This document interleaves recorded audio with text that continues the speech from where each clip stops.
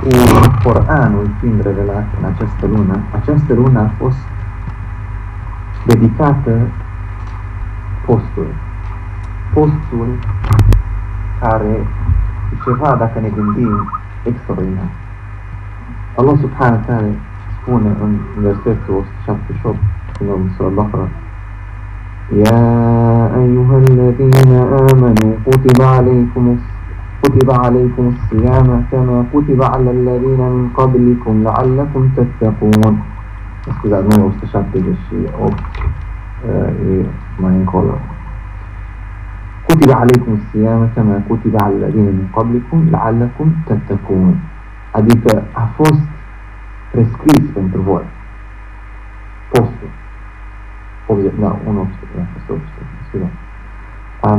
كتب عليكم الصيام كما كتب على الذين من قبلكم. Cum a fost prescris pentru cei dinainte. Vedem că Isus a postit, Moise a postit, profeții au postit. Și subhanallah, să deraiez un pic aici, am avut un invitat când aveam o emisiune de radio în Canada, am avut un invitat de la Biserica Catolică și vorbeam chiar înainte de Ramadan, deci adică era în prima săptămână de Ramadan, și vorbeam cu el în emisiune despre post și a spus ceva, așa, numai de la el, deci nu l-am luat la ceartă sau ceva, de la el a spus, știți ce? După cercetările mele, a spus el, și el era preot, adică era dedicat, necăsătorit, dedicat pentru biserică catolică. A spus, după cum am verificat eu prin istorie, înainte, cu mult timp înainte, și creștinii sau catolicii, chiar ăia de la dinainte, primii posteau cum postiți voi. Și după cum știu eu, spune, și Isus postea cum postiți voi. Deci Allah subhanahu wa ta'ala ne spune că cum a fost prescris pentru cei dinainte. Adică numai noi am postit, cei dinainte au postit, națiunile dinainte au postit, cei care au urmat profeții dinainte au postit și profeții au postit. Știm din Biblie că Iisus postea, profeții postea. Dar dacă ne uităm astăzi la celelalte religii, ce fel de post au, vedem că înainte de Paști lasă, de exemplu, nu o să mănânc ciocolată Kit Kat sau nu o să mănânc ciocolată Snickers sau nu o să mănânc, nu o să beau Pepsi sau ceva din asta, ceva ridiculos. Și a spus că voi aveți postul adevărat. Și am fost foarte uimit. Și chiar și am spus, adică am vorbit că ar trebui să te gândești că spre islam, adică islamul, tu spui că așa ceva lucru, noi spunem așa și Allah subhanahu wa ta'ala spune în Coran, yuharrifuna kalamullah, that they change schimbă versetele sau ce a spus Allah subhanahu wa ta'ala.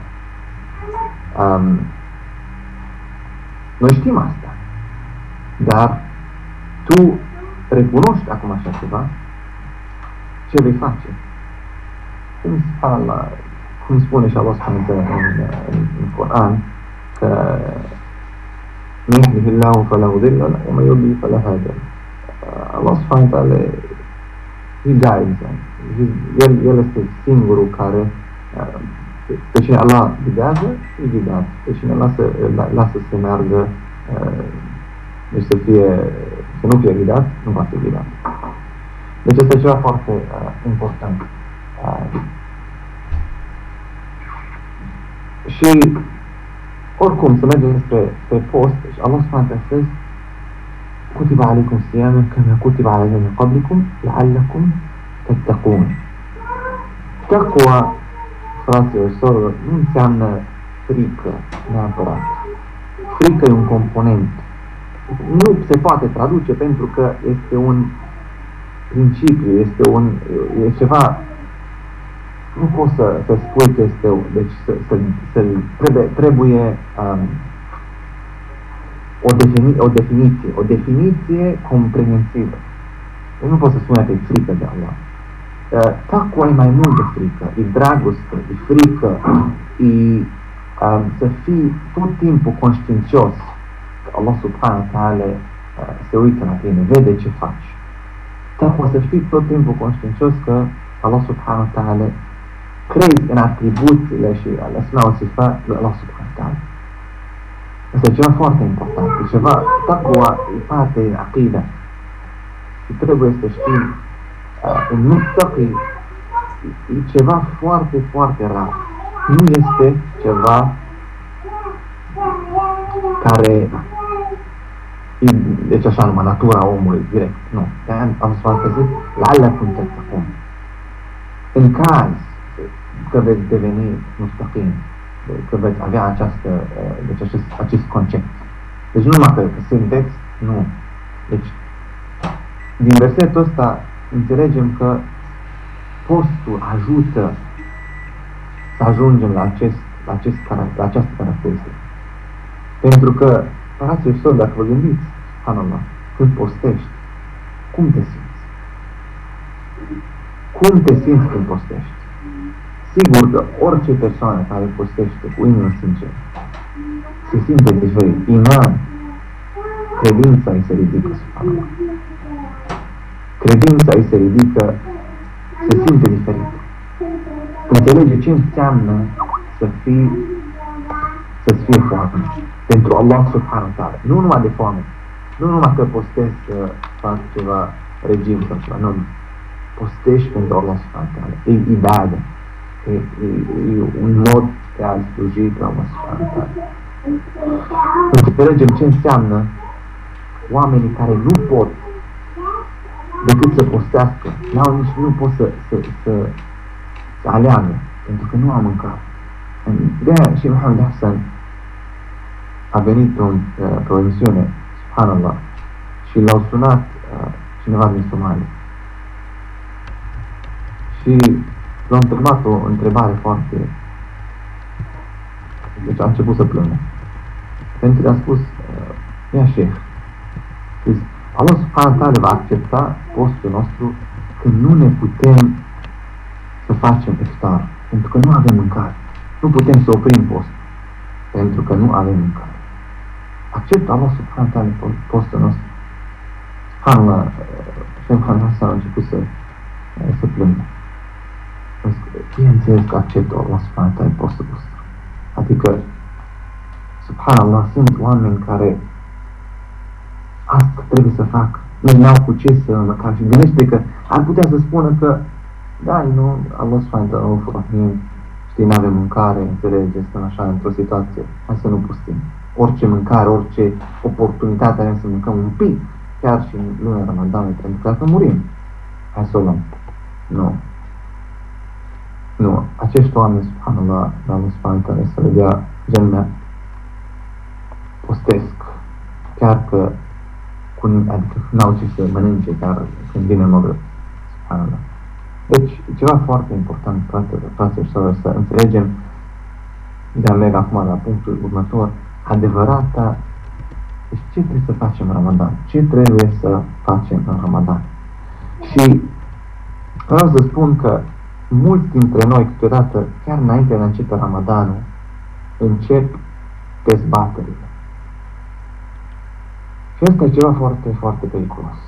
Deja, deci despre ce, dacă pun întrebarea, ce dezbat, ce certuri încep înainte de Ramadan? Hai să punem câteva aici. Să fie un pic interactiv. Tarawih. 8 sau 20. Exact. Când începe Ramadanul, da. Ok? Altceva?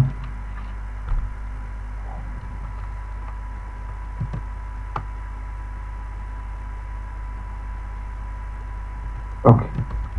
Tarawih. Să începem cu prima. Când începe Ramadan? Se spune moon sighting, da? Să vedem, dacă vedem luna, nu vedem luna, calculații, care... Fraților și sorilor. Asta e, de-aia cum a spus un Sheikh Abu Isa, a spus că, știi, vezi pe musulmani că de câte ori fac ceva, pun luna sau semiluna ca și o emblemă, ca și un semn al islamului. Zic că asta e, chiar că e semnul care e de ihtilaf cel mai mare, adică de diferență cea mai mare, nu că ne unește. Chiar semnul ăsta e care Deci nu ne putem să ne lămurim odată ce se face. Și nu spun acum care sau care opinie. Nu este asta. Chestia e că pentru dumneavoastră și pentru mine, pentru oamenii normali, asta e ceva care n-ar trebui să fie ceva important cum să spun, că să ne luăm la ceartă cu alții, să facem divizii între comunitate. Ce a făcut profetul Muhammed sallallahu alaihi wasallam este foarte clar. Comunitatea noastră în care suntem, dacă avem pe cineva care e un imam sau care știe și învățat, și să începem să postim după cum o dictat comunitatea. Simplu și ușor. Mulți va spune, cum este așa ceva, nu sunt de acord. Fraților și sorți, dacă ne uităm la viața profetului Muhammed sallallahu alaihi wasallam, ce au făcut în timpul Ramadan, ce au făcut când a venit Ramadan, cum a fost postul, când a fost dat post, cum era postul, ce însemna postul. Toată nici nu înțelegem, nici nu știm. Pentru că înainte de postul nu a fost dat până ce au făcut migrația în Medina și chiar până în anul mai departe deci nu la început. Și înainte posteau de obicei 3 ori pe lună sau joia și lunea câteodată, sau posteau numai, deci în diferite stagii oricum, nu vreau acum să intru în detalii, dar e foarte clar ce a făcut profetul Muhammed sallallahu alaihi wasallam. Și să ne certăm, să ținem 5 zile, 6 zile înainte de începe Ramadanul, pe forumuri, pe internet, tu ești mubtadi, bida, tu ești sufi, tu ești ne distruge inima. Cum ne pregătim pentru Ramadan așa ceva? Allah subhanahu wa ta'ala e foarte simplu, adică Allah subhanahu wa ta'ala a făcut un sistem foarte simplu, foarte, foarte simplu, pe care e ușor de urmat. N-ar trebui să ne certăm. Trebuie în primul rând să avem intenția clară. Dacă este o dovadă, o urmărim. Nu că așa am fost noi învățat, nu că auzi de la o țară, când află că Saudi Arabia a dictat Ramadanul, îi fac deci din adins cu o zi mai târziu. Din adins. Pentru că nu să fie un diferit de Wahhabi sau așa ceva, nu? Deci prostii. Și după aceea vezi că 3 diferite regiuni, 3 diferite Ramadanuri, început 3 diferite Eiduri, tot e diferit. Acest lucru este în diferență de opinie, sunt învățați în care țin opinia asta sau asta, dar ce vreau să spun aici, asta nu e acum lecție de fac sau ce e opinia lui asta sau opinia lui aia sau aia, nu. Chestia e pentru mine și pentru tine. Cu ce trebuie noi să ne gândim înainte de Ramadan cu 5 zile? Să intrăm pe Yahoo și pe Hotmail și pe Gmail, să ne certăm cu oamenii de blogs, pe când și ce, să copy-paste opiniile și dovezile și să avem în inima noastră intenții greșite spre frații și sorele noastre. Nu suntem calificați să facem noi ijtihad, să ne uităm la dovezile astea sau așa. Noi trebuie să ne pregătim de Ramadan, să ne punem un program de a citi Coranul, să ne punem un program de ce vom face, cum vom citi tafsir, ce vom face în timp de ceva lucruri bune, fapte bune. Asta trebuie să vedem noi. Nu la ce, lăsați pe învățați, pentru că asta vreau să spun, dacă luăm ceva din punctul ăsta e că noi, oamenii generali, al-Uwan, lăsăm pe al-Ulama să facă. Dacă ei au debates, bineînțeles, inshallah, Allah subhanahu wa ta'ala, care vede tot ce se întâmplă, lăsăm pe ei, nu eu și cu tine, nu noi, Gabi și Ioane și Gica și Mohamed, să facem discuții despre chestia. Noi ne pregătim spiritual, ne pregătim fizical, ne pregătim cu toate ce putem în capacitatea asta. Asta e ceva foarte, foarte, foarte important. Al doilea punct. Cu Tarawih. Tarawih În primul rând, fraților și sorilor, nu este fard. Adică ca într-o moschee să la bătaie cu scaunele. Cu scaunele. Pentru că 8 sau 20, 8 sau 20, 8 sau 20. Subhanallah. 8 sau 20, ok. Profetul Muhammed sallallahu alaihi wasallam s-a rugat tarawih. După aia nu s-a mai rugat. A lăsat-o. De ce? Că nu a vrut ca oamenii să creadă că e fard. În zilele astea, vedem că frații și sorele merg la fiecare rugăciune tarawih. Nu spun să nu merg, dar merg la fiecare rugăciune, se gândesc, nu știu ce, stau acolo, se împing și după aia se încearcă dacă e 8 sau 20. Profetul Muhammed s-a rugat. Unii învățați de a opinie că a fost 8, alții că 20, alții că Omar Khattab a spus 20. Oricum, în primul și primul rând, subhanallah, te rogi 8, roagă-te 8. Ok? Dacă asta e sunnă, după cum crezi tu, din punct de vedere a ijtihadului pe orice școlar sau care le merg, ok, roagă-te 8.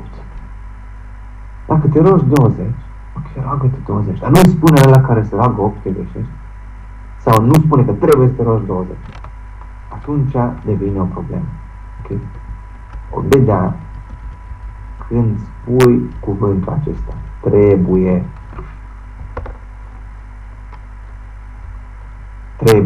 să faci așa. Trebuie să fie 20. Trebuie să fie așa. Trebuie, da. În fiecare zi trebuie să rogi. Cine a spus așa?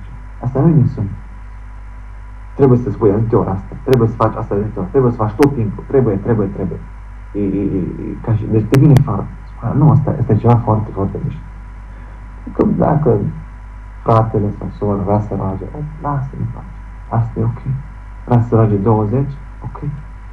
Dacă cineva spune că 20 e super greșit, să super bedea sau ceva, îi spui că Omar Khattab a făcut bedea. Îi spui că toți învățații din Saudia, din Masjid al-Haram și Masjid al-Nabawi fac bedea. Pentru că se roagă 20 în Ramadan. Ok. Deci lăsați-i pe ei să decidă. Tu te rogi, chiar dacă te rogi 2 unități de rugăciune, 2 rakați, 4 rakați în Ramadan, în tarawih, cu o inimă bună, cu concentrație, cu khushu'. E mai bine decât să rogi 8 sau 20 sau 40 sau toată noaptea și să dai cu scaune în fratele să te țipi, să în mintea ta tot timpul ce ăsta, omul ăsta ce-a făcut, ce tot timpul să te gândești că nu-i la Allah subhanahu wa ta'ala. Nu îi mintea ta și inima ta spre Ramadan, ce e esența Ramadan. Deci, hai să ne gândim cu cap, hai să ne uităm la simplitatea sub nostru. Și să urmăm, asta e ceva foarte important. Și, cum a spus profetul nostru, și asta trebuie să, dacă luăm ceva de asta, te rog să luăm hadithul ăsta. عن أبي أمامة رضي الله عنه جسبوس أبي أمامة قال رسول الله صلى الله عليه وسلم أنا زعيم ببيت في ربض الجنة لمن ترك المراء وإن كان محقا أنا زعيم ببيت في ربض الجنة لمن ترك المراء وإن كان محقا. أبي أمامة radiyallahu anhu a spus că profetul Muhammed sallallahu alaihi wasallam a spus că eu îți garantez, promit o casă în paradis, dar nu orice nivel de paradis, în mijlocul paradis, într-un nivel foarte extraordinar de mult. Pentru cine? Liman tarafa al-mira'a. Cine lasă să certatul. Wa in kana muhiqqa. Chiar dacă el este deci pe calea cea bună. El este în adevăr. Cu frații și sorele noastre. De câte ori ne certăm pentru unele chestii care nici nu sunt stabilite, nici nu știm ce înseamnă stabilite, habar nu avem de usulul din sau usulul fiqh, cum, de unde o luat această dovadă, sau numai că e o opinie a unui învățat și o luăm și credem că este adevărul ultimar. Și n avem de unde, ce e hadithul ăsta, există, nu, cum o deduc. Și ne certăm. Și ne certăm. Nu asta încerc. Și uităm de ce ne certăm, dar unde? Și chiar dacă cineva ne se ceartă mai bine, subhanallah, nu acceptăm. Și de-aia când Imam Malik, când era în timpul bătrâneții lui, era un student al lui, studentul lui îl ducea, îl ținea, îl suporta sub braț așa, se poate meargă. Și a venit un om la el care era, știau oamenii să-i muptere. Și a spus la el, așa, într-un mod nepoliticos, o Malik, ce spui? Hai, spunem ceva și să facem debate, să ne certăm. Și spune, ok, și dacă tu câștigi, ce se întâmplă? A spus omul ăla, atunci tu mă vei urma pe mine. Și spune, dar dacă eu câștig, a spus Imam Malik, a spus omul ăla, atunci eu te voi urma pe tine. Și după Imam Malik a spus, și dacă cumva vine un alt om, al treilea om, și el ne bate la debate, la ceartă, atunci toți îl urmăm pe el. A spus subhanallah, a spus Imam Malik. Gândește-te. Noi, profetul Muhammed sallallahu alaihi wasallam a fost trimis cu o cale singură, foarte ușoară. Nu e ceva ce devine, cum a spus un învățat, să reducem islamul la o discuție intelectuală numai. Islamul e un mod de viață, fraților și sorori. Nu e o discuție intelectuală, nu e un debate sau să te cerți cu oamenii. Asta e ceva foarte important. Allah subhanahu wa ta'ala știe ce e în inimă, când te cerți, subhanallah. De-aia mulți dintre învățați au lăsat chiar și debate-urile și certuri. Bineînțeles, când vine să aperi islamul contra creștinilor sau contra oamenii care atacă islamul, asta e ceva foarte diferit, sau contra aia care chiar gândea și Balin. Bineînțeles că e foarte important, dar să nu se aplică nici în discuții. Ne vorbim despre frații și sorii noastre. În unele chestii toate, adică ceva foarte simplu, ne certăm și niciodată nu știm de ce ne certăm. Și nu avem dovezile ca lumea, dar ne place să ne certăm. Deci asta ce? Nu-i bine să începem Ramadan așa. Nu-i bine să fim în Ramadan așa. Nu-i bine să ne luăm în prima zi 8-20. Avem un an, dacă e învățat, ca să fie, dacă a făcut ceva greșit, dacă îi spunem, îi dăm sfatul, dacă dă ceva diferit, dar lasă-l pe el va ține responsabilitatea aceasta. Deci ceva foarte important, ca noi, eu cu tine, eu și cu voi, să ne gândim la ce e cel mai important pentru noi Ramadan. Și asta e să ni se ierte păcate. Asta e punctul următor. Coranul, Ramadanul, postul, este toate pentru noi, pentru golul ăsta ultimat, să ni se ierte păcatele. Și această lună e luna în care Allah subhanahu wa ta'ala iartă păcatele. Aceasta este luna în care, cum a spus profetul Muhammad sallallahu alaihi wasallam, قال رسول الله صلى الله عليه وسلم من صام رمضان إيمانا واحتسابا غفر له ما تقدم من ذنبه.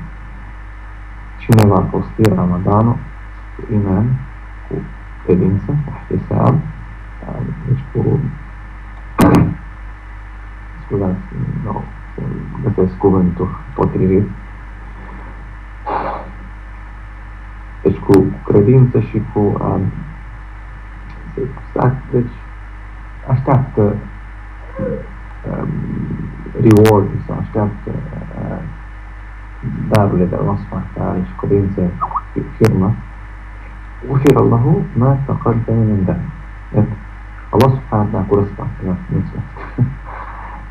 Știu cuvântul, dar așa, cu credință și cu încredere sfântă. Știu cuvântul, dar câteodată nu vine pe lângă. غفر له ما تقدم من ذنبه. Allah îl va ierta ce a fost înainte din păcate. Subhanallah, gândește-te că fiecare, eu, în primul rând eu, nu vă știu pe voi, dar știu că mă știu pe mine, știu păcatele mele. Allah este nevoie foarte mare de Ramadan. Deci nu vreau să-mi pierd timpul cu chestii de triviale, încoace și încolo, cu certuri, când am aici o oportunitate de Allah subhanahu să se iarte toate păcatele. Eu nu știu, dar nu vreau să pierd niciun moment din acesta. Și de-aia Allah subhanahu asta e luna în care va ierta păcatele, inshallah. Și sperăm, inshallah, că toate păcatele noastre vor fi iertate. Sperăm, inshallah, că toți credincioșii musulmani Allah subhanahu va ierta păcatele, inshallah. Deci, trebuie să înțelegem că nu numai noi vrem să ne iertăm, Allah să ne ierte, dar în această lună este tot o lună în care și noi trebuie să iertăm de alții. Dacă ne-am făcut ceva, dacă s-a întâmplat ceva. Asta e o lună în care putem să iertăm. Dacă vrem ca Allah subhanahu wa ta'ala să ne ierte, trebuie să iertăm și noi. Cum profetul Muhammad sallallahu alaihi wasallam a spus, Ar-Rahimuna yarhamuhum Rahman, irhamu man fil ard yarhamukum man fis sama. Deci cei care iartă, Rahimuna yarhamuhum Rahman, Allah, Rahman cel mai iertător, îi va ierta. Irhamu man fil ard, iartă pe cei care îs pe pământ, yarhamukum man fis sama. Vă va ierta cel care e în cer. Allah subhanahu wa ta'ala. Deci, dacă am făcut ceva, am certat cu cineva, iertăm, îi sunăm, vorbim cu ei, chiar dacă ei nu vor, noi să facem primul pas, noi să facem pasul spre iertare. Să spunem că iertăm. Să nu ținem inimă nimică spre acești oameni, să mergem să ne culcăm seara, să iertăm. Pentru că, inshallah, Allah subhanahu wa ta'ala va ierta pe noi. Deci asta e luna iertare. Punctul următor, pentru că a ierta pe cineva e un lucru foarte bun, e o faptă. Mulți dintre noi, câteodată când începe Ramadanul, ne gândim că, bun, deci voi citi Coranul, voi posti și atâta. Nu. Ramadanul trebuie să fie ca și orice altă lună, de ce facem în ziua noastră, adică lucrăm, învățăm, suntem cu familia, tot ce trebuie să faci. Și chiar mai mult să ne începem să facem mai multe lucruri bune, fapturi bune. Deci nu că intrăm hibernăm, adică dormim, ne sculăm la Fajr, dacă ne sculăm, subhanallah, mulți mănâncă înainte de Fajr și chiar adorm cu jumătate de oră, o oră înainte de Fajr și pierd Fajrul, pierd buhurul, se scoală pe la asta și spune, a fost foarte ușor ziua astăzi, mai sunt vreo 2-3 ore până la Maghreb, am bine, I love Ramadan, iubesc Ramadan, așa ceva nu e bine. Deci, e o lună în care facem fapte bune, o lună în care facem fapte bune, chiar încercăm să facem mai multe fapte bune. Pentru că această lună e o lună de antrenare, de antrenăm. Când se termină, vom continua cu aceste lucruri bune. Vom continua cu Coranul, vom continua cu să fim oameni, musulmani, credincioși, buni. Vom continua să fim buni cu părinții noștri, cu frații și soră. Deci faptele bune trebuie să le ridicăm. Trebuie să ne uităm la cum ne purtăm cu oameni. Ce fel de mod avem de a ne purta cu oameni, cât de politicoși sunt. Asta e ceva foarte important, care dacă ne uităm ziua asta, chiar Ramadan, când oamenii nu mănâncă, nu beau apă, devin foarte, foarte iritați. foarte, foarte, se ceartă rândul, cum conduc, accidente înainte de noapte. Fac tot felul de prostii. Nu vorbi cu mine, frate, că postez că mă împuriu și îmi pierd cumpătul și nu știu. Subhanallah. Asta e luna care ne întâlnează, asta e luna în care chiar trebuie să vin mult mai politicos și mai bun. Deci, după cum am văzut mulți, am vorbit cu mulți oameni și am călătorit în multe locuri, în multe țări și am văzut, avem nevoie de acest lucru. Avem nevoie să ne schimbăm modul și cât de politicoși suntem unii cu alții. Cum ne comportăm. Asta ceva, putem să învățăm, să luăm Coranul, să facem ce avem, să arătăm ca musulmani, să purtăm traiul sau barma sau geam sau ce. Dar dacă nu avem aceste lucruri în noi, să fim politicoși, să fim... și profetul Muhammed s-a spus ce important e lucrul acesta. Și a spus, în algoritmului, tăi mănâncare mai ahla. Allah m-a trimis să perfecționez cum ne comportăm, comportamentul. Deci, trebuie să, dacă postim, să ne comportăm bine. Dacă postim, să nu mințim. Dacă postim, să nu ne gândim și să nu încercăm, să nu... Postitul nu numai să nu bei și să nu mănânci. Postitul îi mai mult decât asta. De aceea, profesorul s-a spus că dacă auzi, frate, nu are nevoie să mor de foame, adică să mor de sete, dacă tot continui să minți și să vorbești urât. Nu. Auzi, frate, vrea când postești în toate modurile. Deci e foarte important. Cum ne comportăm, ce facem, ce fel de lucruri facem în acest Ramadan. În concluzie, fraților și sorori, două, nu pierdeți timp, puneți un orar. Dacă mergeți la productivemuslim.com, scrie aici, să trimit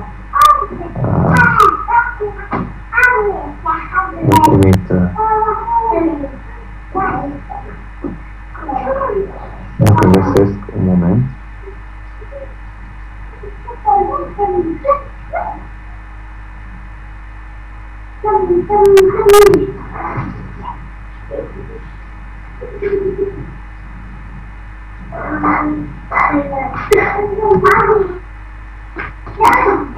Foarte mult să dacă vedeți, are și un orar pentru Ramadan și multe lucruri pentru Ramadan.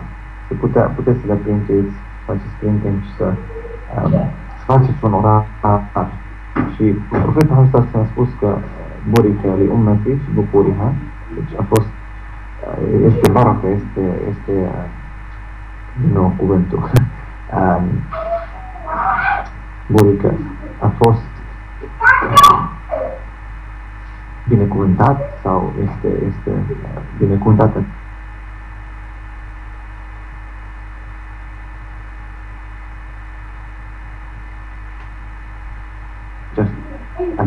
Acest timp.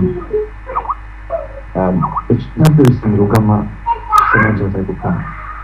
Acest timp este un timp foarte important, pentru că Allah subhanahu wa ta'ala a pus binecuvântarea acest timp. Putem să facem mult în acest timp. Deci puneți un orar. Pe după Fajr, de obicei îmi place să fac pe timp, pentru că timpul pot ține consistent. Deci zic, după fiecare Fajr voi citi sau voi ora 20 de minute. Dacă spun, de exemplu, dacă voi citi o pagină sau o pagină jumătate sau un oraș, după aia nu pot, pentru că dacă unde mai greu, mai mult, mai lung, dar 20, 15, 10 minute poți să ții tot timpul consistent.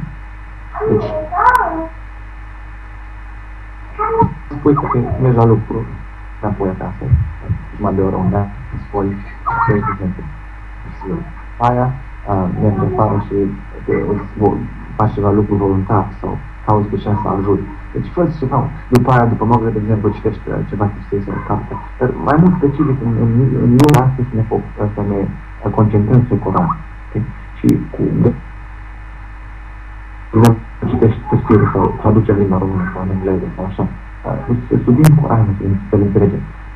Nu e far să termin Coranul. Nu e far să termin Coranul în luna aceea. E mult mai important să înțelegi și să înțelegerea și implementarea. Deci chiar dacă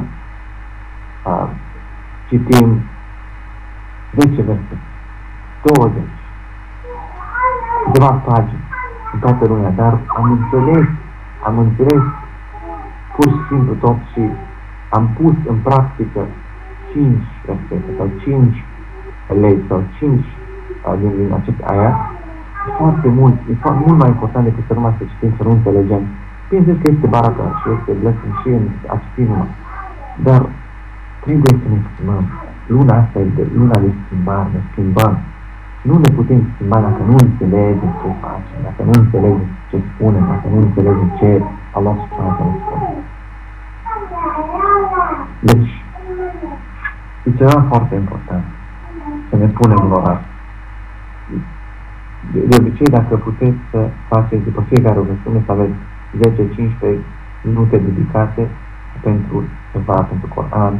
Foarte important, că doar o azi și că nu e mult lucru. Dar e foarte mult dacă te gândești de 5 ori pe zi, 7 zile pe săptămână. Deci 9, sâmbătă și 2 ore, 5 ore. Nu merge așa. Puțin, dar consistent, cum îmi place la Allah subhanahu wa ta'ala, cum Muhammad sallallahu alaihi wasallam. E ceva foarte important. Să punem în orar. Nu pot să spun dacă voi spune din nou, puneți un orar. Stați jos cu pixul, cu stilou și cu rafia și scrieți în orar ce vreți să faceți, ce veți face în Ramadan asta, ce goluri aveți în Ramadan, care e prioritatea, care e primul lucru, al doilea lucru, al treilea lucru, al patrulea, al cincilea, că aveți să le faceți în Ramadan acesta, încercați, faceți nia, intenția și începeți. Și ultimul lucru care vreau să spun despre Laylatul Qadr. Laylatul Qadr khairun min alf shahr. E mai bună decât 1000 de luni. Laylatul Qadr nu e în 27 zi Ramadan. Cum unii cred că nu au făcut nimic dacă tot Ramadan și asta devine ceva așa o cultură că în 27 de luni mergi la măsuri și se rog. Profetul ăsta s-a uitat după această noapte, în ultimele 10 zile a Ramadan.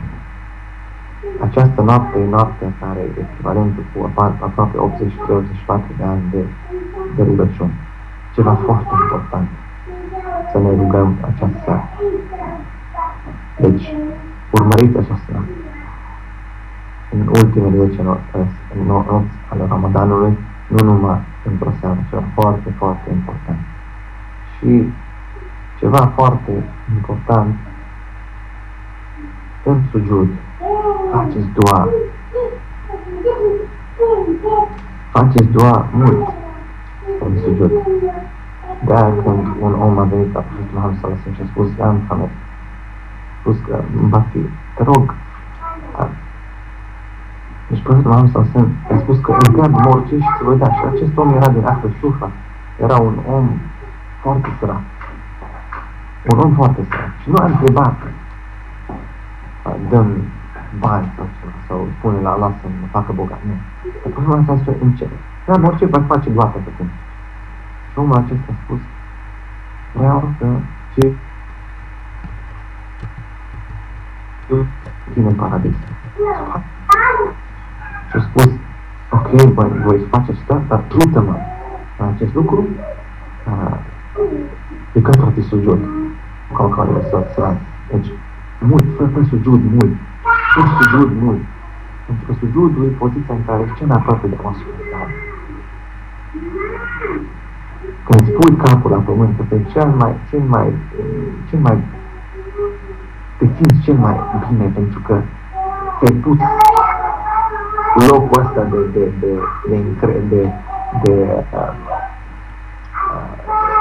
cum să zic, de încredere, de te crezi că ești cineva și ți-ai pus jos la pământ în fața de Allah subhanahu wa ta'ala. Te umilești în fața lui subhanahu wa ta'ala. de trufie, da. Nu știu cum să... Da, mândrie, da, așa, mândrie. Da, mândrie. Spui locul ăsta și te umilești în fața la Sfânta. Pentru că, Allah, și te rogi la o Sfântală cu inima curată să te ierte, să-ți dea paradis. Deci este ceva foarte important. Nu vă rugați numai după mișcări, trebuie să simțiți rugăciunea asta. De-aia, Profetul Muhammad sallallahu alaihi wasallam, ad-dua al-mukh al-ibada. Ad-dua al-mukh al-ibada. Dua sau suplicarea, rugăciunea, când vorbești cu Allah subhanahu wa ta'ala, este al-mukh al-ibada, cel mai important lucru din ibada. Deci ne rugăm la Allah subhanahu wa ta'ala să ne ajute să avem cușciu, să avem inima curată, să începem Ramadanul fără certuri, să începem Ramadanul că ne concentrăm cu ele bine amenu, cu anfusakum wa ahlikum nar. Salvați-vă pe voi în primul rând, pe tine în plus, prima oară. Iubați familia dumneavoastră de iad. Salvați-vă de iad. Cu anfusakum wa ahlikum nar. Deci, gândește la tine în primul rând că cum poți să salvezi pe altcineva dacă tu te nești? Dacă tu ești înnecat, poți să ajuți pe altcineva dacă ești înnecat? Nu poți să ajuți pe nimeni. Trebuie să știi să noți tu prima oară, trebuie să fii tu salvat ca să poți salva pe alții.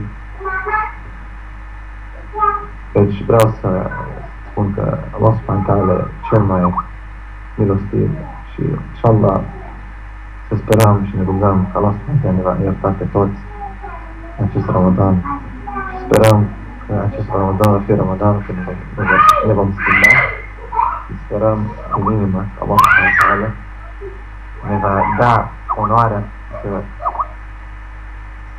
să fim în mai multe Ramadan,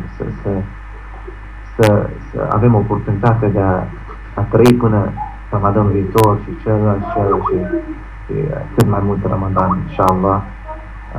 Jazakumullah khair.